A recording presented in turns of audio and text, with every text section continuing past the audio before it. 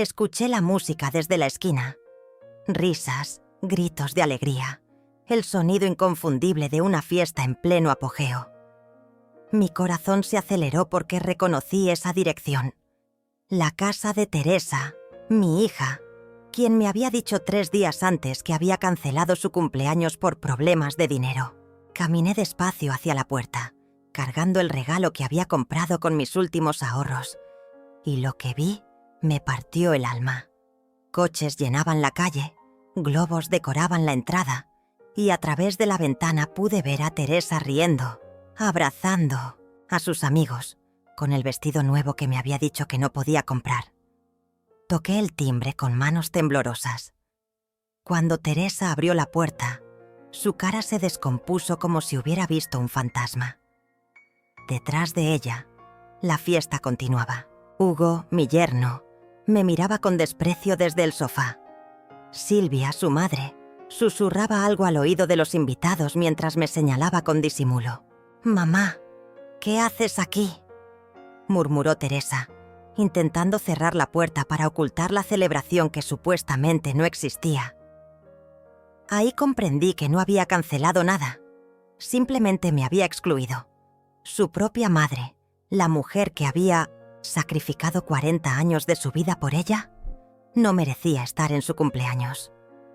Esa noche, mientras regresaba a mi pequeño apartamento con el regalo aún en las manos, algo se rompió dentro de mí para siempre.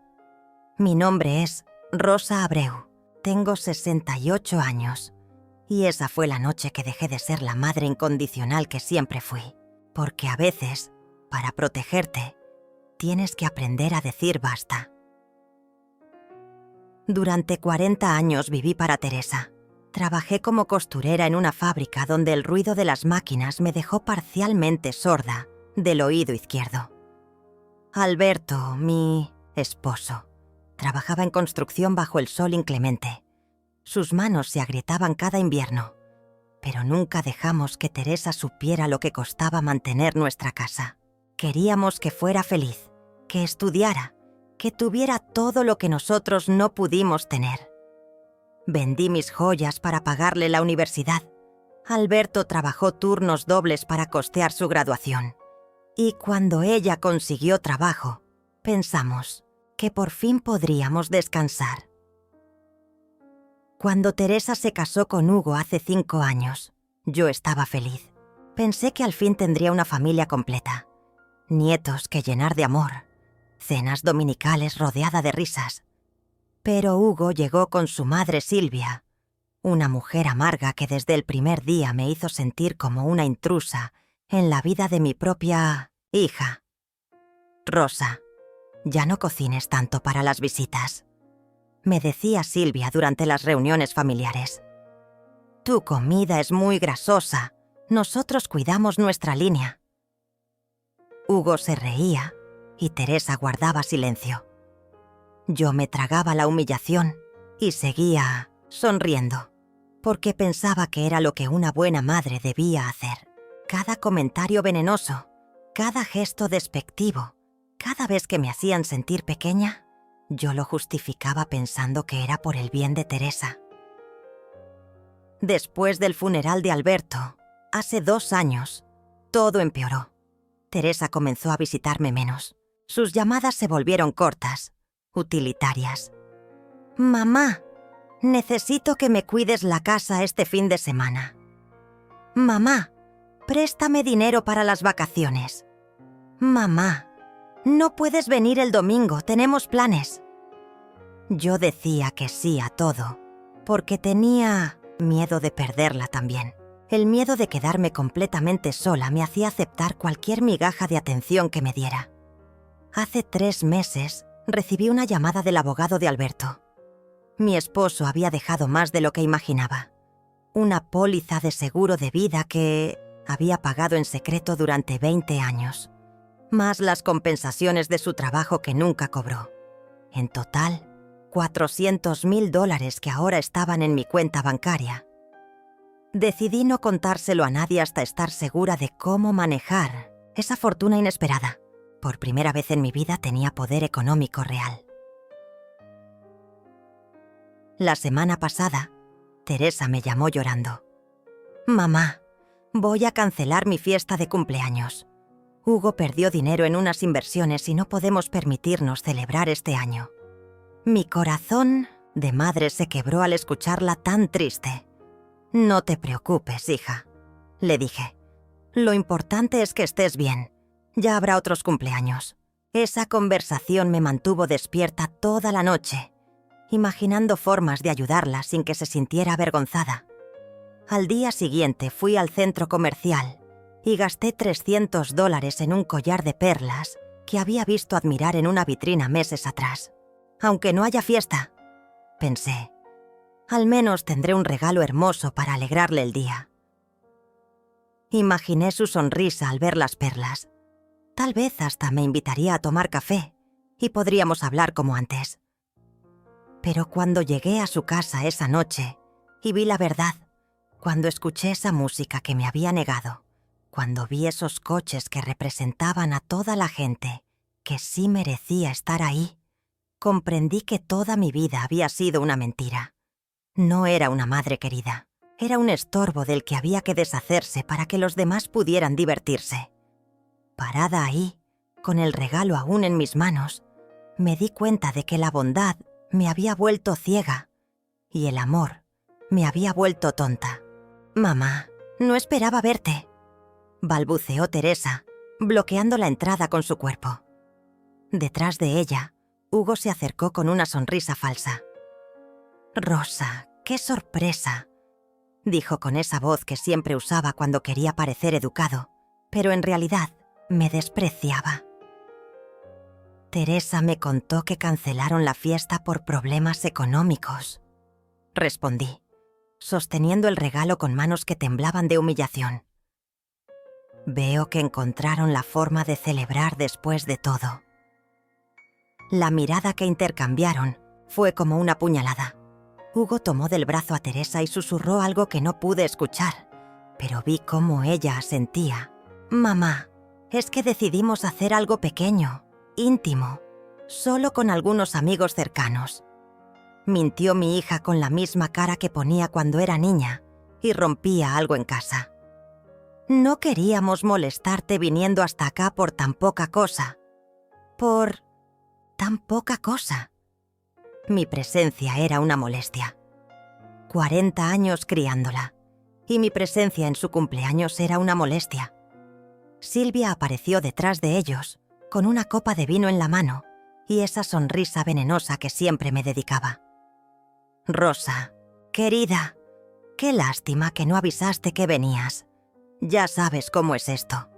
Las reuniones improvisadas son más relajadas, sin compromisos familiares». La palabra compromisos sonó como si fuera una carga, un peso que había que soportar. «Entiendo», dije, extendiendo el regalo hacia Teresa. «Al menos permíteme darte esto. Lo compré pensando en ti». Teresa tomó la caja pequeña con desgana, como si fuera una obligación más. «Gracias, mamá. Puedo abrirlo después cuando tengamos más tiempo». No lo iba a abrir. Ni siquiera se molestó en fingir emoción. «Rosa, deberías irte ya», intervino Hugo. «Teresa está cansada y mañana tenemos que madrugar». Mentira tras mentira. Podía escuchar la música, las risas, el sonido de la celebración que continuaba, sin mí. «Sí, mamá», añadió Teresa evitando mi mirada. «Te llamo mañana. ¿Está bien?» Me di vuelta y comencé a caminar hacia la calle, pero antes de llegar al primer coche, escuché la voz de Silvia claramente. Por fin se fue. Pensé que íbamos a tener que invitarla a pasar. Las risas que siguieron me atravesaron como cuchillos. Mi propia hija se reía de mí. Mi propia hija celebraba mi ausencia. Esa noche no pude dormir. Me quedé sentada en mi sillón, mirando el regalo que había devuelto Teresa sin abrir, pensando en cada sacrificio que había hecho.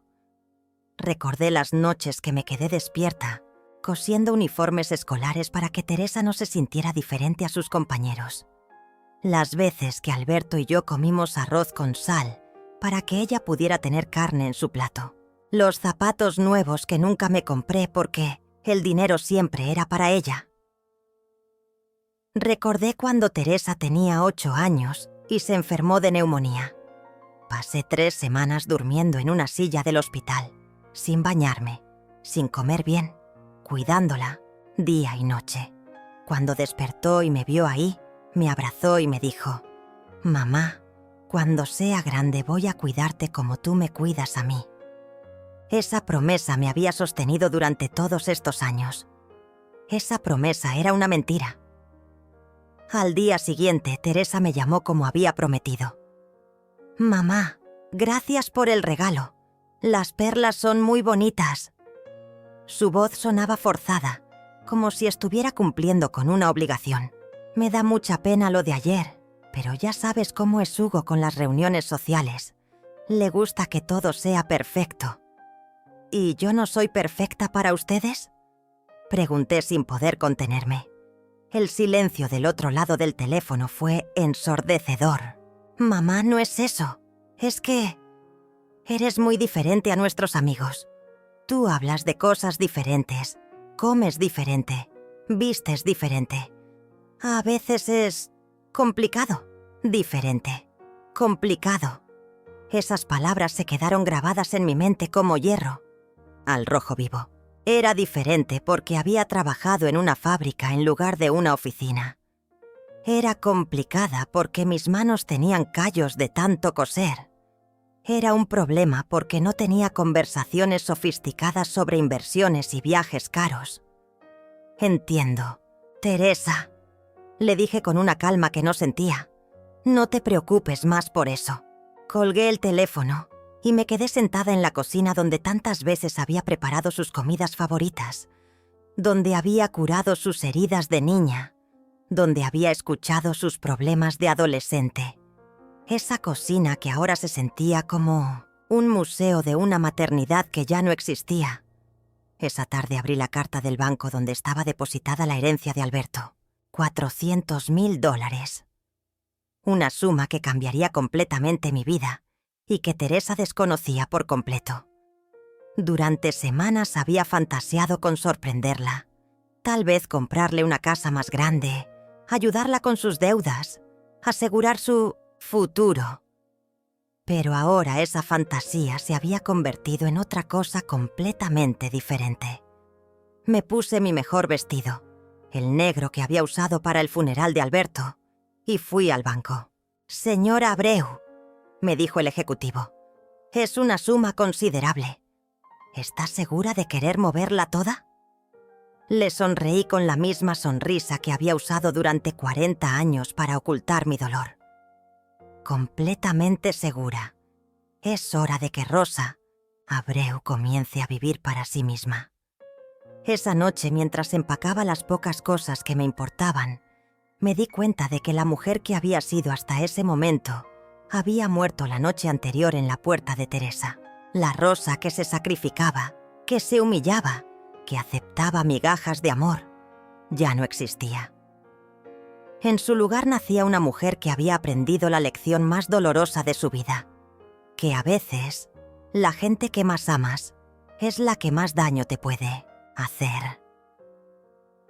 Y cuando eso sucede tienes 2 opciones: seguir siendo víctima o convertirte en alguien que nunca más permitirá que la lastimen. Yo había elegido la segunda opción y no había vuelta atrás. 3 días después de esa humillación, me mudé a un apartamento en el centro de la ciudad. No era cualquier apartamento. Era un penthouse con vista al mar, con 2 habitaciones, cocina moderna y una terraza que parecía sacada de una revista. Pagué 6 meses por adelantado en efectivo, y cuando la agente inmobiliaria vio los billetes sobre su escritorio, me trató como si fuera una reina.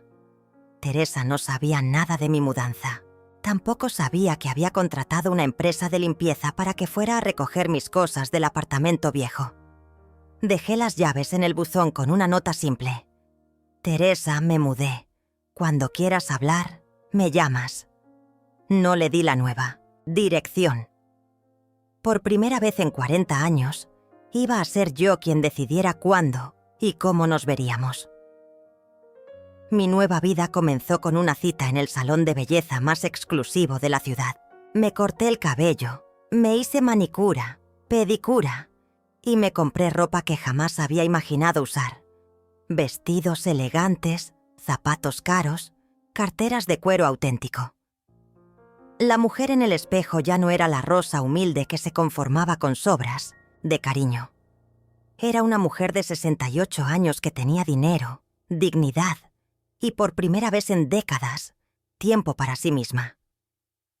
El teléfono comenzó a sonar al cuarto día. «Mamá, fui a tu apartamento y está vacío. ¿Dónde estás? ¿Qué pasó?»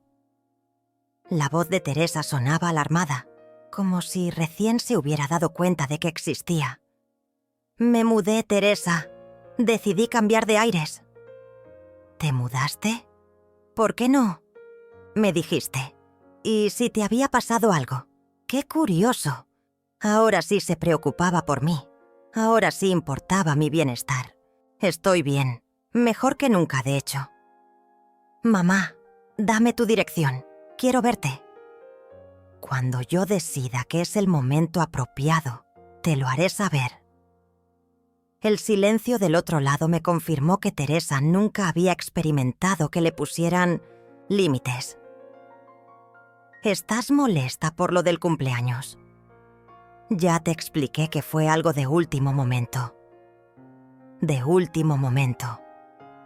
Como si las mentiras fueran decisiones espontáneas que merecían perdón automático. «Teresa, necesito tiempo para pensar. Te contactaré cuando esté lista». Colgué antes de que pudiera responder. Era la primera vez en mi vida que cortaba una conversación con mi hija sin asegurarme de que ella estuviera conforme. Durante las siguientes 2 semanas, viví como nunca había vivido. Desayunaba en cafeterías elegantes leyendo el periódico sin prisa. Almorzaba en restaurantes donde el menú no tenía precios y nadie me miraba raro por comer sola. Me inscribí en clases de pintura, algo que siempre había querido hacer pero nunca tuve tiempo. Compré libros, plantas, decoraciones para mi nuevo hogar. Por primera vez entendí lo que significaba vivir, en lugar de solo sobrevivir. Teresa llamaba todos los días. Sus mensajes evolucionaron de la preocupación al enojo, luego a la desesperación. «Mamá, Hugo dice que estás actuando de forma inmadura. Mamá, necesito hablar contigo sobre algo importante. Mamá, ya basta de este juego». Juego. Para ella mi necesidad de dignidad era un juego. La tercera semana decidí contestar. «Hola, Teresa». «Por fin contestas». «Mamá, esto es ridículo. Soy tu hija. Tengo derecho a saber dónde vives». Derecho. Como si la maternidad fuera un contrato que me obligaba a estar disponible para sus caprichos. Los derechos se ganan con respeto, Teresa. Y el respeto se demuestra con acciones, no con palabras. No entiendo por qué estás tan dramática. Solo fue una fiesta pequeña. No es para tanto. No era para tanto. 40 años de sacrificios reducidos a una frase despectiva. ¿Sabes qué no es para tanto, Teresa? Que una madre de 68 años decida vivir su vida sin pedir permiso a una hija que la trata como un estorbo. «Yo no te trato como un estorbo», gritó, pero su voz sonaba falsa hasta para ella misma. «Te amo, mamá. Eres importante para mí». Si fuera importante para ti, no me habrías mentido. Si me amaras, no me habrías humillado delante de extraños. Si fuera tu prioridad, no me habrías excluido del día más importante del año para cualquier madre celebrar la vida de su hija. El llanto que siguió podría haber ablandado mi corazón hace un mes, pero ese corazón había aprendido a distinguir entre lágrimas de arrepentimiento genuino y lágrimas de frustración por no salirse con la suya. «Mamá, por favor, ven a casa. Hablemos como siempre hacíamos, como siempre hacíamos». Ella hablaba, yo escuchaba. Ella pedía, yo daba. Ella decidía, yo obedecía.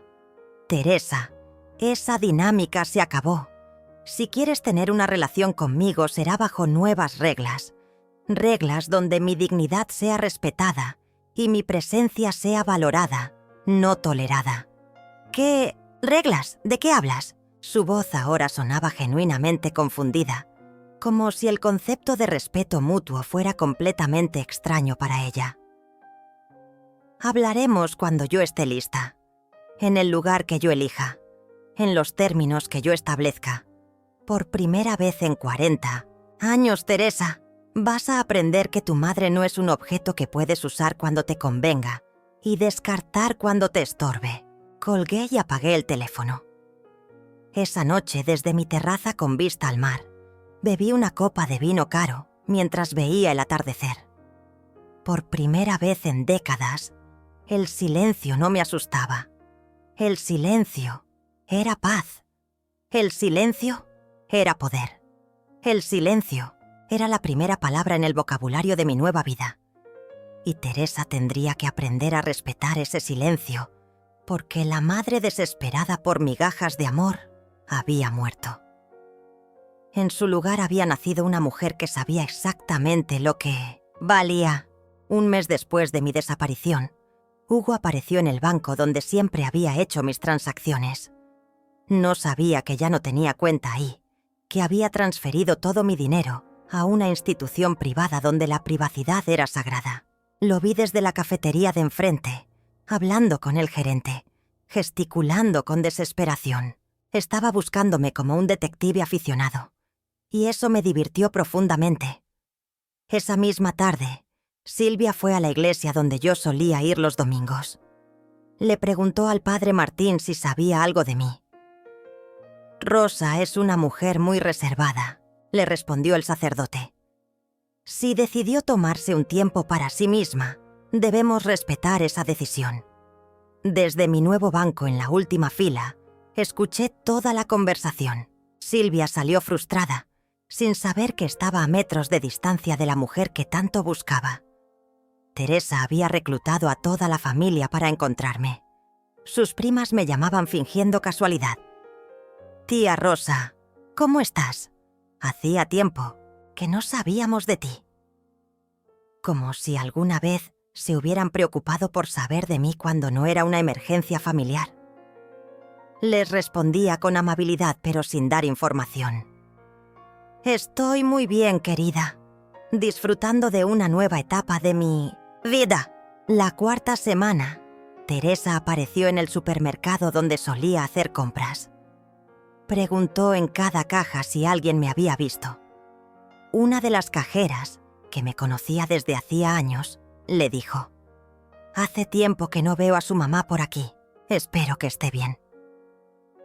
Teresa salió de ahí con lágrimas en los ojos, cargando una desesperación que no había sentido nunca, porque siempre supo exactamente dónde encontrarme. Mientras ellos me buscaban, yo construía mi nueva vida con la precisión de un arquitecto.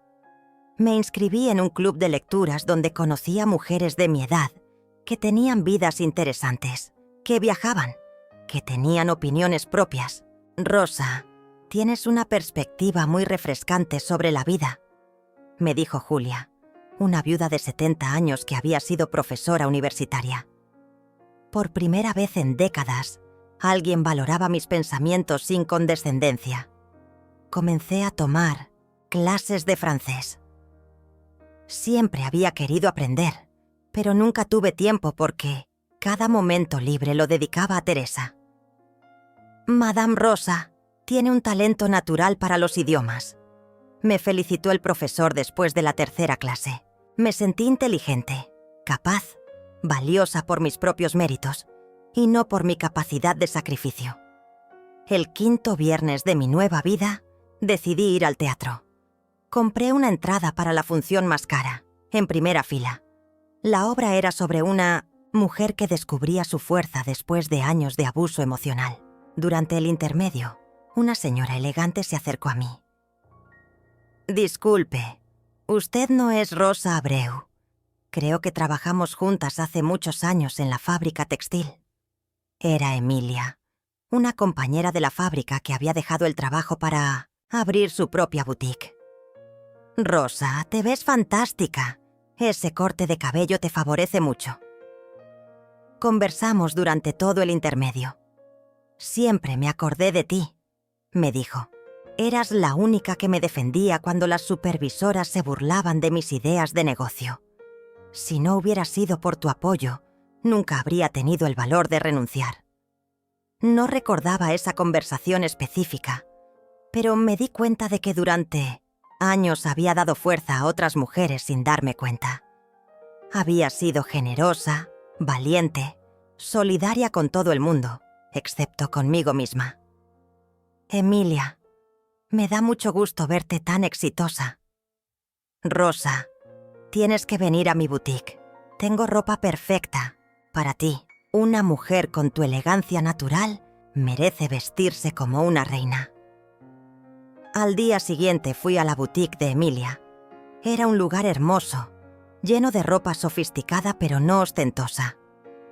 Este vestido fue hecho para ti, me dijo, mostrándome un vestido azul marino que costaba más de lo que yo solía gastar en ropa en 6 meses. Me lo probé, y cuando me vi en el espejo, no reconocí a la mujer que me devolvía la mirada. Era elegante, segura, radiante. Me lo llevo, dije sin dudar. Y también esos zapatos, esa cartera y ese abrigo. Emilia sonreía mientras calculaba el total. Rosa, perdóname la curiosidad, pero ¿estás bien económicamente? Es que recuerdo que en la fábrica siempre decías que no podías permitirte ciertos lujos. La miré directamente a los ojos. Emilia, resulta que mi esposo me dejó muy bien parada. Estoy aprendiendo a vivir como merezco. Esa noche, vestida con mi ropa nueva, fui a cenar a un restaurante elegante. Pedí langosta y vino francés. El mesero me trataba con respeto. El sommelier me explicaba cada vino como si fuera una experta, y otros comensales me miraban con admiración. Por primera vez entendí que el respeto no se mendiga, se proyecta. Mientras saboreaba la langosta, mi teléfono vibró. Era un mensaje de Teresa. «Mamá, por favor, estoy desesperada. No sé si estás bien, si tienes dinero, si necesitas algo. Hugo dice que tal vez te fuiste del país. Por favor, dame una señal de que estás viva». Tomé una foto de mi plato de langosta, con la copa de vino francés al lado, con el ambiente elegante del restaurante de fondo. Se la envié sin ningún mensaje. 2 minutos después, mi teléfono empezó a sonar. No contesté. Volví a sonar. Lo apagué.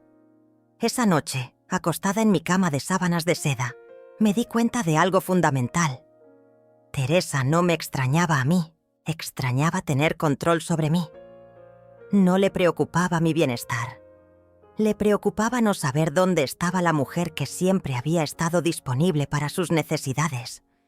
Pero esa mujer ya no existía. En su lugar había una Rosa que cenaba langosta, hablaba francés, compraba ropa cara y tenía amigas interesantes. Una Rosa que había aprendido que amar a alguien no significaba desaparecer por ellos. La foto de la langosta desató el infierno. Mi teléfono no paraba de sonar. Teresa, Hugo, Silvia, incluso personas que no me hablaban desde el funeral de Alberto. Todos querían saber de dónde había salido el dinero para cenar en lugares tan elegantes. «Mamá, ¿ganaste la lotería? ¿Por qué no me dijiste que tenías dinero?» Las preguntas llegaban por mensaje, por llamadas perdidas, por intermediarios que me contactaban en nombre de Teresa. Decidí contestar el teléfono cuando Hugo llamó por 10ª vez en 1 hora. «Rosa, necesitamos hablar. Teresa está muy preocupada. Dice que estás gastando dinero que no tienes, que tal vez te están estafando». Su voz tenía esa condescendencia paternalista que siempre había usado conmigo. como si fuera una anciana senil incapaz de manejar sus propios asuntos. Hugo, mi dinero es mi problema, y mi forma de gastarlo también. Rosa, sé razonable. Una cena como esa cuesta lo que tú ganabas en un mes. Teresa piensa que tal vez estás enferma, que estás tomando decisiones irracionales. Enferma. Irracionales. Para ellos, una mujer de mi edad solo podía tener dinero si estaba loca o si alguien la estaba manipulando.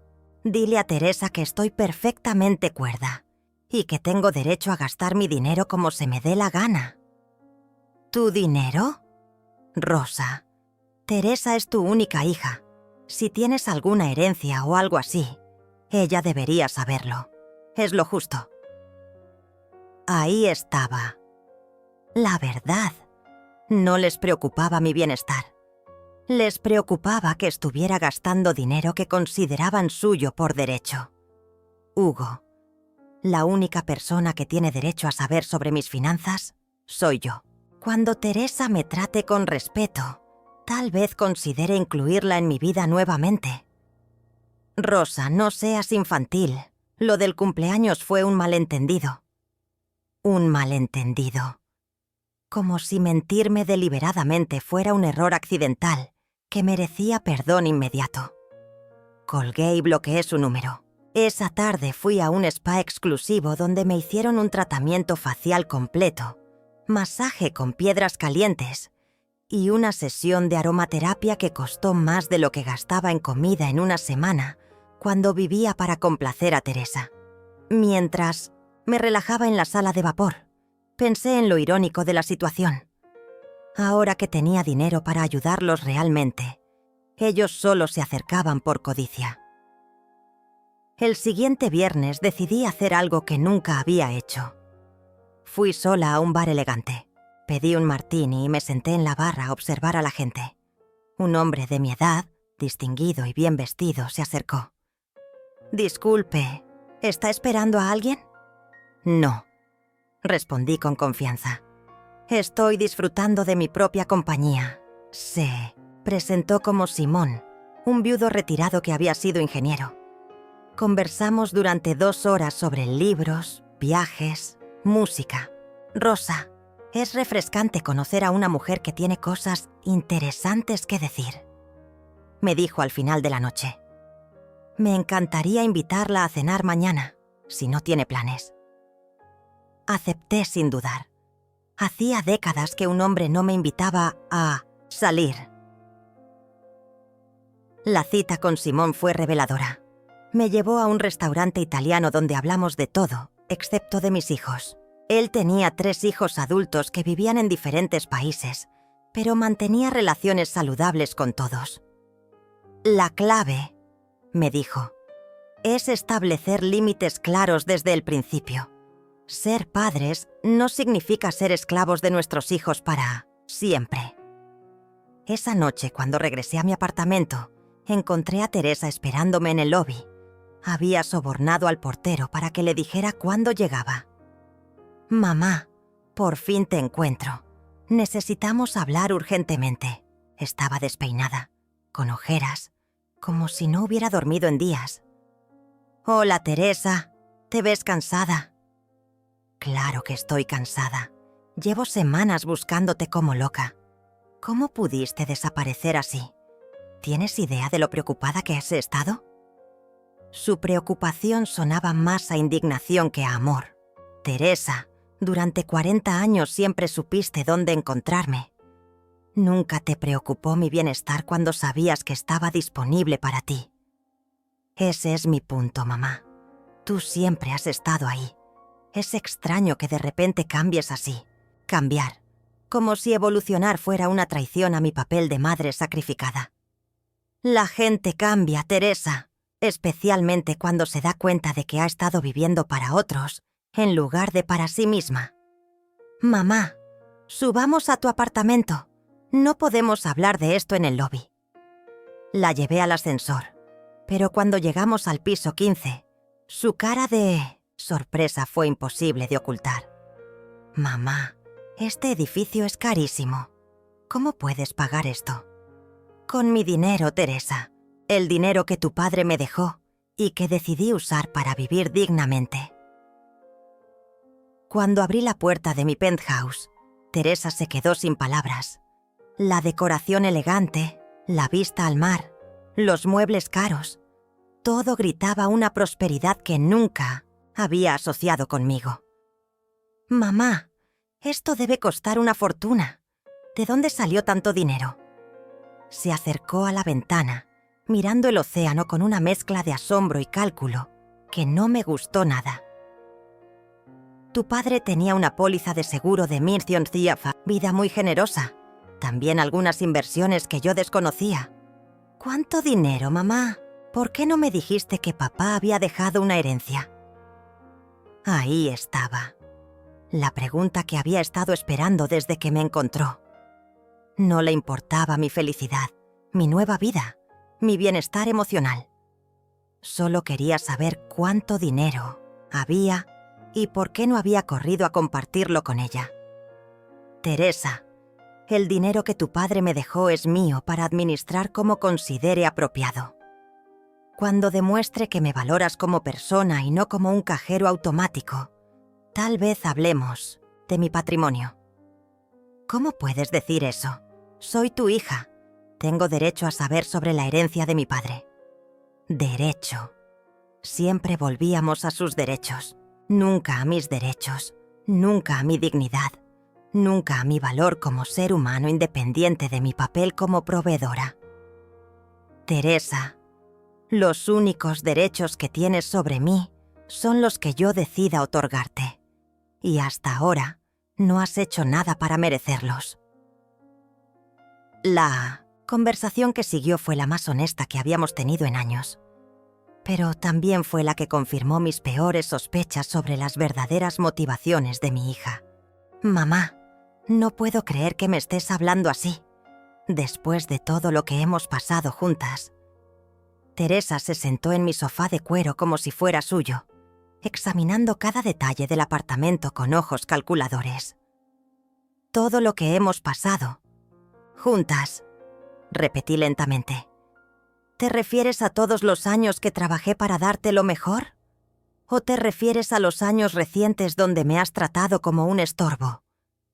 «Yo nunca te he tratado como un estorbo. Eres mi madre, te amo». Sus palabras sonaban huecas, como un disco rayado que repite la misma frase sin sentimiento. «Teresa, cuando alguien ama a otra persona, no le miente sobre fiestas canceladas. Cuando alguien ama, no excluye. Cuando alguien ama, no se avergüenza de la presencia del ser querido». Se levantó y caminó hacia la cocina, abriendo las alacenas como si fuera su casa. «Mira toda esta comida cara, estos vinos, estos electrodomésticos. Mamá, esto es una fortuna. Y mientras tú vives como una reina, nosotros tenemos deudas». Ahí estaba la verdad. No había venido por amor, había venido por dinero. «¿Qué deudas, Teresa?» «Hugo perdió dinero en esas inversiones que te mencioné. Debemos 3 meses de hipoteca. El banco nos está presionando». «Y automáticamente pensaste en mí para solucionar tus problemas financieros. Eres mi madre. Se supone que los padres ayudan a sus hijos cuando están en problemas. Se supone». Siempre volvíamos a lo que se suponía que yo debía hacer. «Teresa, durante 40 años hice lo que se suponía que debía hacer. Trabajé cuando se suponía que debía trabajar. Ahorré cuando se suponía que debía ahorrar. Me sacrifiqué cuando se suponía que debía sacrificarme. Ahora voy a hacer lo que quiero hacer». «Pero somos familia, mamá. La familia se ayuda». «La familia también se respeta, Teresa. La familia se incluye en momentos importantes. La familia no miente para excluir a sus miembros». Se sentó de nuevo, esta vez con lágrimas en los ojos. Pero estas lágrimas no me conmovieron como antes. Había aprendido a distinguir entre lágrimas de arrepentimiento y lágrimas de manipulación. «Está bien, me equivoqué con lo del cumpleaños. Fue un error, pero no puedes castigarme para siempre por eso. Un error. Como si la humillación deliberada fuera un tropiezo accidental. Teresa, no te estoy castigando. Estoy protegiéndome. Hay una diferencia. ¿Protegerte de qué? ¿De tu propia hija? ¿De la persona en que te has convertido? ¿De alguien que me ve como un recurso en lugar de como un ser humano? ¿De alguien que me valora por lo que puedo dar, no por lo que soy? Hugo apareció una hora después, como si hubiera estado esperando, en el estacionamiento. Rosa, Teresa me contó que tienes un apartamento increíble. Felicitaciones por la herencia. No había ni un gramo de genuina felicidad en su voz, solo cálculo frío. Gracias, Hugo. Es reconfortante vivir cómodamente después de tantos años de privaciones. Mira, Rosa, sabemos que estás molesta por lo del cumpleaños, pero ya es hora de que seamos una familia unida otra vez, especialmente ahora que tienes los recursos para ayudarnos a todos. Ayudarlos a todos, como si mi dinero fuera un fondo familiar del cual todos tenían derecho a disponer. Hugo, mi dinero es para mi comodidad y mi seguridad. No es para solucionar los problemas financieros de adultos que tomaron malas decisiones.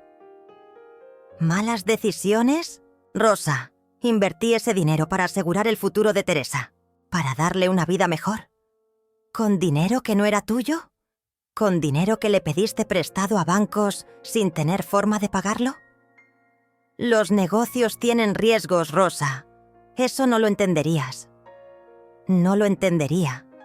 Como si 40 años trabajando en una fábrica no me hubieran enseñado nada sobre la responsabilidad financiera. Hugo, entiendo perfectamente que gastaste dinero que no tenías en inversiones que no comprendías y ahora quieres que yo pague por tu irresponsabilidad. No, es irresponsabilidad, es emprendimiento. Y la familia apoya el emprendimiento. Silvia llegó 20 minutos después. Al parecer habían coordinado toda una intervención familiar. Rosa, querida, qué apartamento tan ostentoso. La palabra ostentoso sonó como una crítica, como si vivir bien fuera de mal gusto. Hola, Silvia. Me alegra que aprecies mi nuevo hogar. Rosa, he venido a hablar contigo de mujer a mujer. Los jóvenes necesitan apoyo para salir adelante. Hugo es un buen muchacho que tuvo mala suerte con esas inversiones. Buen muchacho. Como si un hombre de 35 años fuera un niño que merecía que otros pagaran por sus errores. Silvia, Hugo es un adulto responsable de sus propias decisiones financieras. Si perdió dinero tendrá que encontrar la forma de recuperarlo sin involucrar mi patrimonio. Pero Rosa, tú tienes tanto ahora. Compartir un poco no te haría daño. Compartir. Esa palabra que había definido toda mi vida. Compartir mi tiempo, mi energía, mi dinero, mis sueños. Siempre compartiendo, nunca recibiendo. Silvia, durante 40 años compartí todo lo que tenía. Ahora voy a compartir conmigo misma. Rosa, no seas egoísta. Piensa en el futuro de Teresa. Estoy pensando en mi futuro, Silvia. Por primera vez en mi vida, estoy pensando en mí. La palabra egoísta flotó en el aire como una acusación. Para ellos, una mujer que priorizaba su propio bienestar era automáticamente egoísta. Mamá, intervino Teresa con voz quebrada. Si no nos ayudas, vamos a perder la casa. ¿Puedes vivir sabiendo que tu hija está en la calle? El chantaje emocional final. La última carta que siempre habían jugado para conseguir lo que querían de mí. Me levanté del sofá y caminé hacia la ventana, mirando el océano que ahora era parte de mi vista diaria. Teresa, si pierden la casa, será consecuencia de las decisiones de Hugo, no de mis acciones. Yo no los puse en esa situación, y no es mi responsabilidad sacarlos de ella. El silencio que siguió fue ensordecedor. Por primera vez en mi vida, había puesto límites claros, y ellos no sabían cómo reaccionar ante una Rosa que ya no se sacrificaba automáticamente por su comodidad. Pero lo que vino después me demostró hasta qué punto estaban dispuestos a llegar para conseguir mi dinero. Está bien, mamá. Si esa es tu decisión, la respeto. Teresa se levantó con una sonrisa que no llegaba a sus ojos. Solo espero que cuando estés vieja y enferma, no esperes que yo esté ahí para cuidarte. La amenaza era clara. Si no les daba dinero ahora, me abandonarían cuando realmente los necesitara. Teresa, durante toda mi vida he cuidado de mí misma. No veo por qué eso tendría que cambiar ahora. Salieron de mi apartamento con caras largas, pero yo sabía que esto no había terminado. Los había subestimado. Pensé que la amenaza emocional era su último recurso, pero estaba equivocada. 3 días después comenzó la campaña de desprestigio. Julia, mi amiga del club de lectura, me llamó preocupada. Rosa, alguien está hablando mal de ti en el edificio donde vives. Dicen que abandonaste a tu familia y que estás gastando la herencia de tu esposo en lujos mientras tu hija pasa necesidades.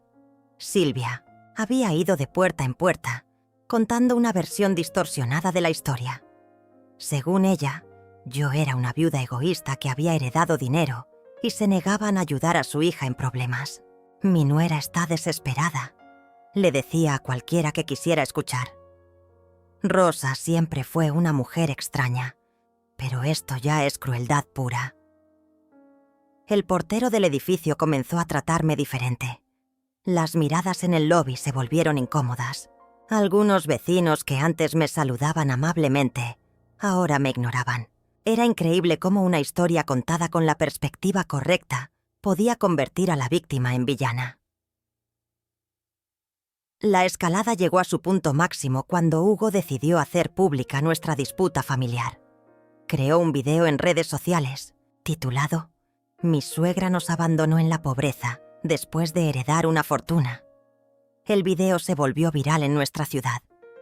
Hugo aparecía con lágrimas falsas, hablando de cómo yo había sido como una segunda madre para él, y ahora los había traicionado en su momento más difícil. Rosa siempre nos decía que la familia era lo más importante, decía Hugo mirando directamente a la cámara. Pero cuando heredó el dinero de su esposo, cambió completamente. Ahora vive en un penthouse, mientras nosotros estamos a punto de perder nuestra casa. Los comentarios eran devastadores. Miles de personas me llamaban mala madre, egoísta, desalmada. Teresa apareció en el video también, llorando de manera muy convincente. Mi mamá era mi héroe. Trabajó toda su vida para darme lo mejor, pero desde que tiene dinero, es como si fuera otra persona. No reconozco a la mujer que me crió. Su actuación era tan buena que por un momento hasta yo me sentí culpable. El video incluía fotos de mi apartamento, tomadas sin mi permiso cuando estuvieron de visita. Mostraban mi terraza, mi sala elegante, mis cosas caras, mientras relataban su historia de víctimas abandonadas. «Miren cómo vive ahora», decía Hugo. «Mientras tanto, nosotros no sabemos cómo vamos a pagar la hipoteca este mes». Los medios locales recogieron la historia. Un periodista llamó a mi puerta. «Señora Abreu, ¿tiene algo que decir sobre las acusaciones de su familia?». Cerré la puerta sin responder, pero sabía que mi silencio sería interpretado como culpabilidad. La presión social era inmensa. Recibí cientos de mensajes de odio de desconocidos. «Vieja egoísta, mala madre, deberías estar avergonzada». Algunas personas llegaron a amenazarme. «Espero que te pudras sola con tu dinero», escribió una mujer. «Las madres como tú no merecen hijos». Emilia, mi amiga de la boutique, me visitó esa noche. «Rosa, están destrozando tu reputación. Tienes que defenderte». Tenía razón. Mi silencio estaba siendo interpretado como admisión de culpabilidad. Era hora de contar mi versión de la historia. Esa misma noche, grabé mi propio video. Me puse mi vestido azul marino, me maquillé cuidadosamente y hablé con la calma de una mujer que había encontrado su fuerza. Buenos días, mi nombre es Rosa Abreu. Supongo que muchos de ustedes han visto el video de mi yerno Hugo hablando sobre nuestra situación familiar. Quiero aclarar algunos puntos importantes que él omitió en su relato. Saqué mi teléfono y mostré la foto que Teresa me había enviado días antes del supuesto cumpleaños cancelado. Esta es una conversación donde mi hija me dice que canceló su fiesta de cumpleaños por problemas económicos. Luego mostré las fotos que había tomado la noche que llegué a su casa. Y estas son las fotos de la fiesta que supuestamente no existía. Durante 40 años trabajé en una fábrica textil para darle a mi hija la mejor vida posible. Mi esposo y yo nos sacrificamos constantemente para que ella pudiera estudiar, tener ropa nueva, vacaciones que nosotros nunca pudimos permitirnos. Mi voz era firme, sin una pizca de autocompasión. Cuando mi hija se casó, pensé que tendría una familia completa. Pero gradualmente comencé a ser tratada como una obligación molesta en lugar de como un miembro valioso de la familia. Mostré capturas de pantalla de mensajes donde Teresa me cancelaba planes de último minuto, donde me pedía dinero prestado sin devolvérmelo, donde me trataba con frialdad. La noche de su cumpleaños, cuando descubrí que me habían mentido y excluido deliberadamente, algo se rompió en mí. No era la primera vez que me hacían sentir como un estorbo, pero sí fue la primera vez que decidí que merecía algo mejor. Cuando mi esposo murió, efectivamente me dejó una herencia que él ganó trabajando 60 horas semanales durante décadas. Dinero que ahora estoy usando para vivir con dignidad después de 40 años de privaciones. Mina, voz se hizo más fuerte. No le debo a nadie una explicación sobre cómo gasto mi dinero legalmente ganado. Hugo habla de inversiones fallidas como si fuera mi responsabilidad pagarlas. Habla de su hipoteca como si yo la hubiera firmado. Habla de su crisis financiera como si yo la hubiera causado. Miré directamente a la cámara. Las decisiones financieras imprudentes tienen consecuencias. Y esas consecuencias no son responsabilidad de una mujer de 68 años que finalmente decidió vivir para sí misma. Subí el video esa misma noche. En las primeras horas solo tuvo unas pocas visualizaciones, pero para la mañana siguiente todo había cambiado. Mi vídeo se volvió viral en 12 horas. Los comentarios comenzaron a cambiar dramáticamente.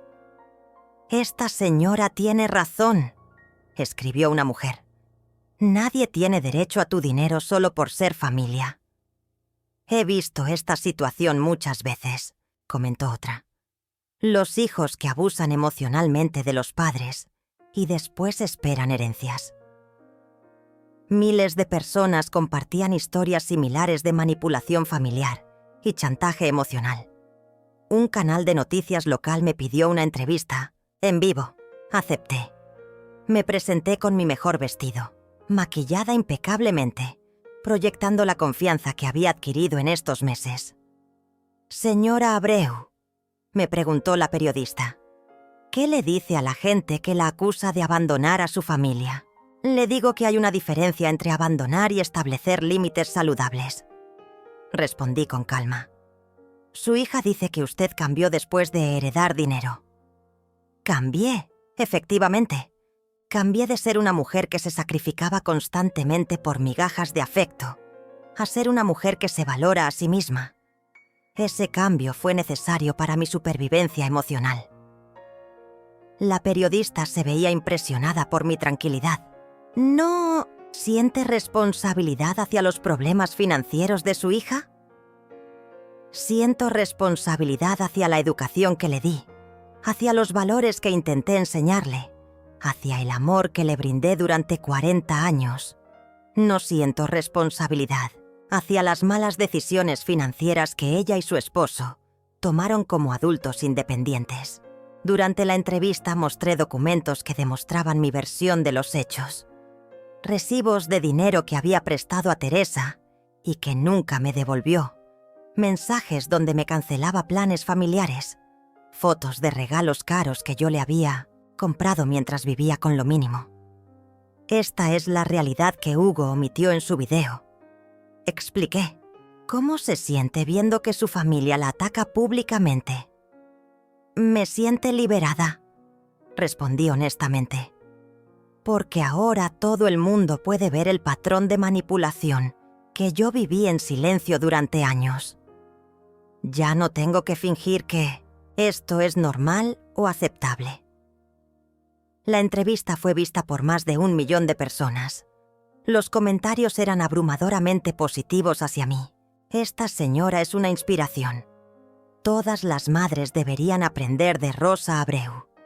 ¡Qué valiente por defenderse públicamente!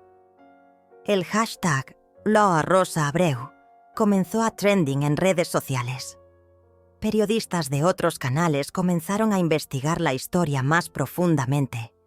Descubrieron que Hugo había perdido dinero en esquemas de inversión dudosos, que tenía deudas previas al matrimonio con Teresa, que había mentido sobre su situación financiera.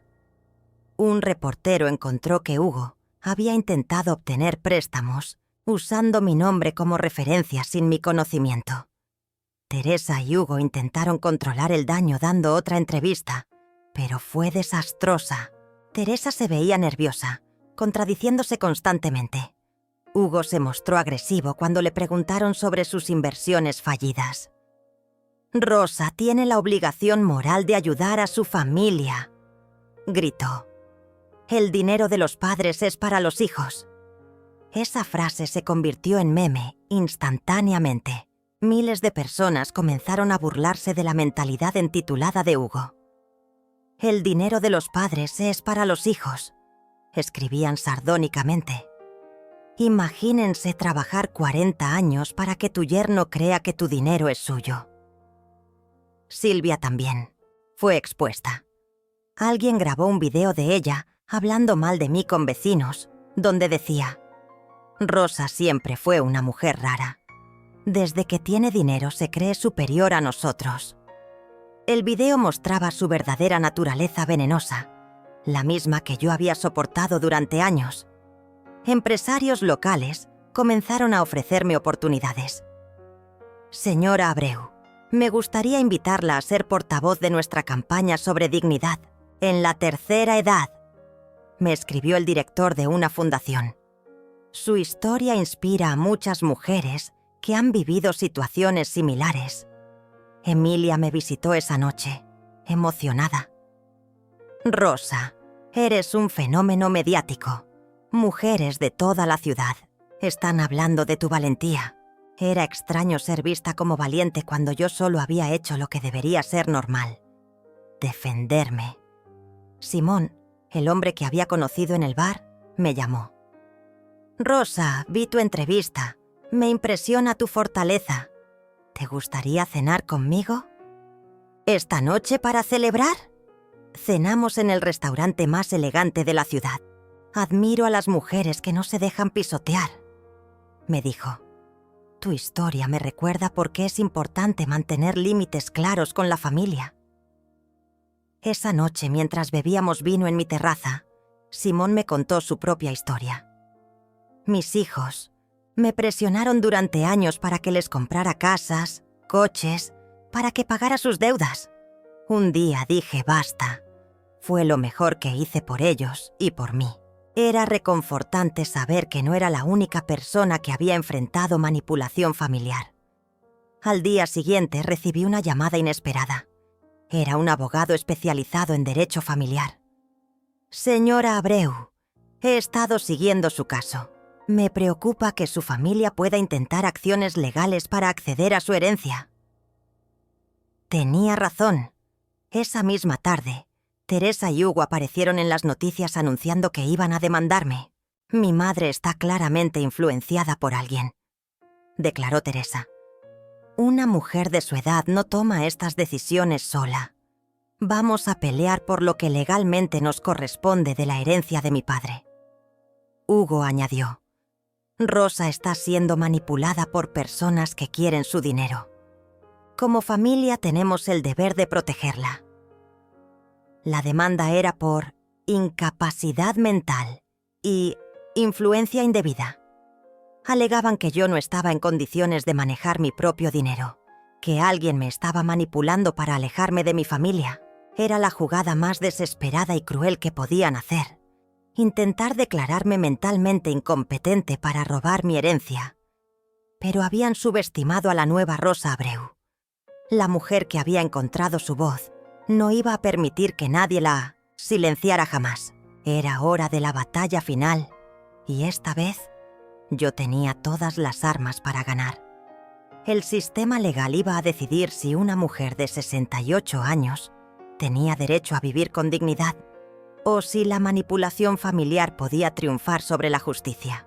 El proceso judicial comenzó 3 meses después. Teresa y Hugo habían contratado un abogado que se especializaba en casos de incapacidad mental en adultos mayores. Su estrategia era simple: pintarme como una anciana senil, manipulada por extraños que querían mi dinero. Mi cliente solo busca proteger a su madre de influencias perniciosas, declaró su abogado en los medios. Yo contraté al mejor bufete de la ciudad.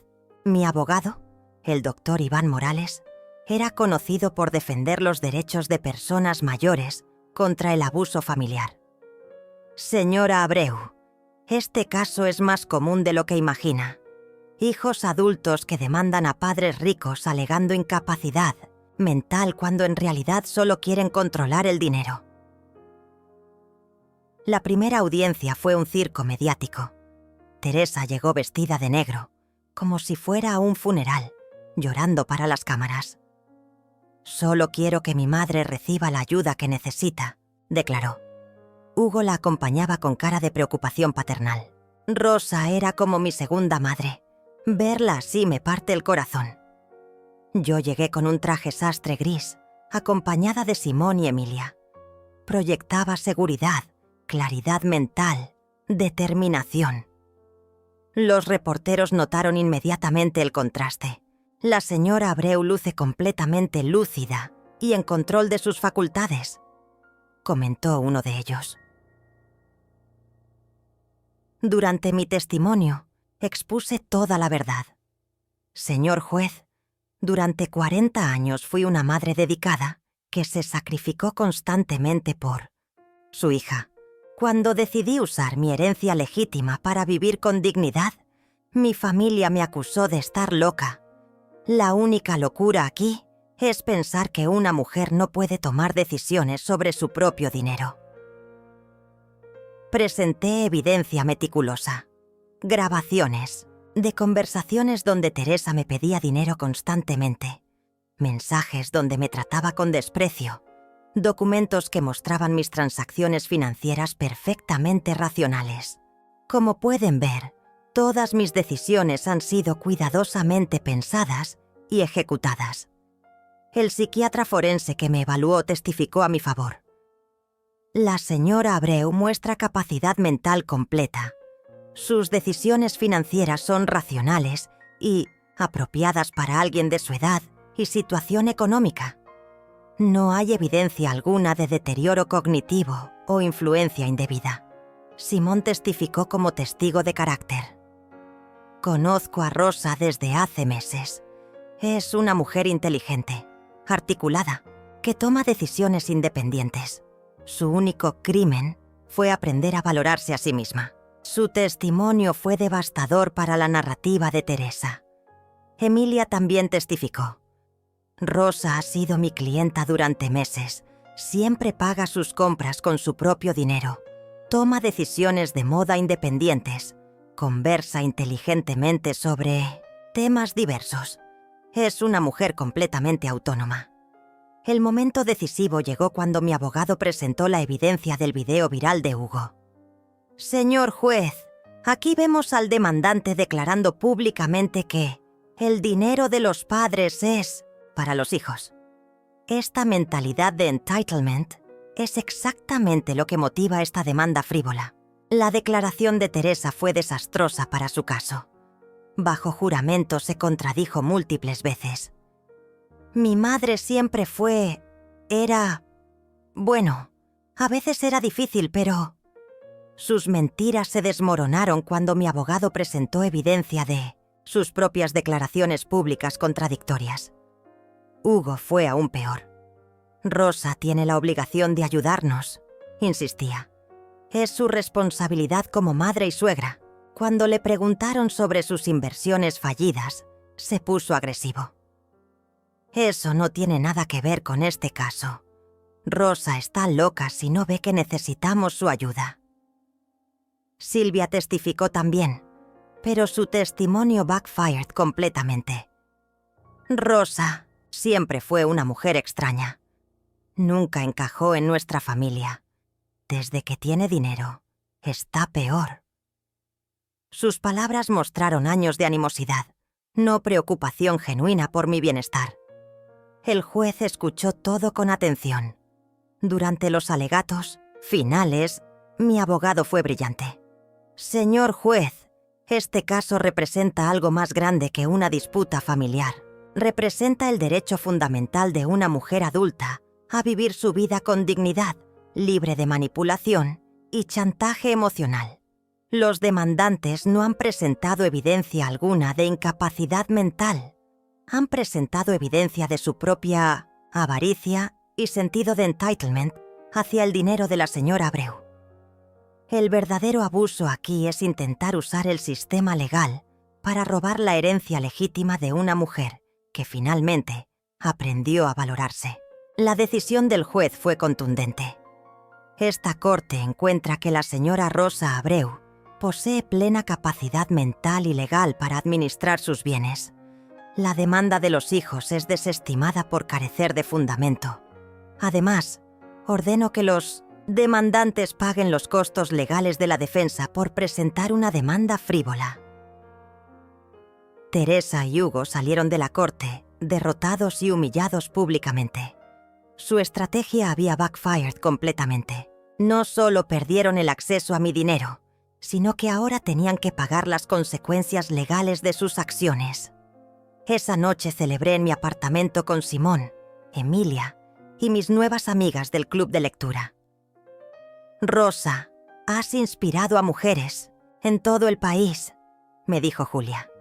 Tu caso ha abierto conversaciones importantes sobre el abuso familiar y los derechos de las personas mayores.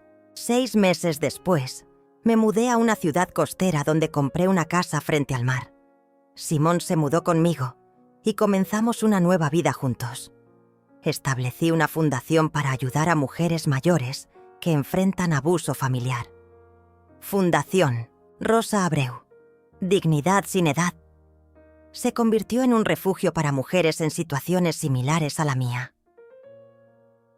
Teresa intentó contactarme varias veces después del juicio, pero nunca respondí. Hugo perdió su trabajo debido a la publicidad negativa del caso. Silvia se mudó a otra ciudad, avergonzada por su exposición pública. Un año después, recibí una carta de Teresa. Era diferente a todas sus comunicaciones anteriores.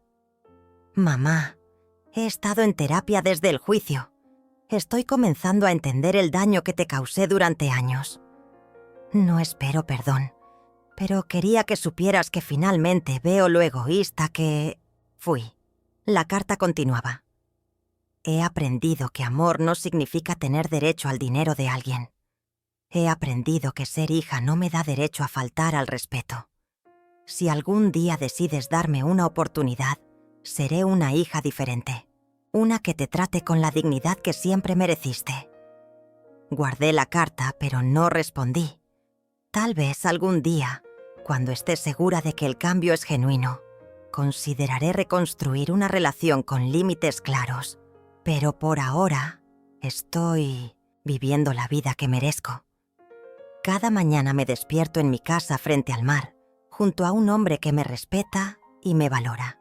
Paso mis días pintando, leyendo, ayudando a otras mujeres a encontrar su fuerza.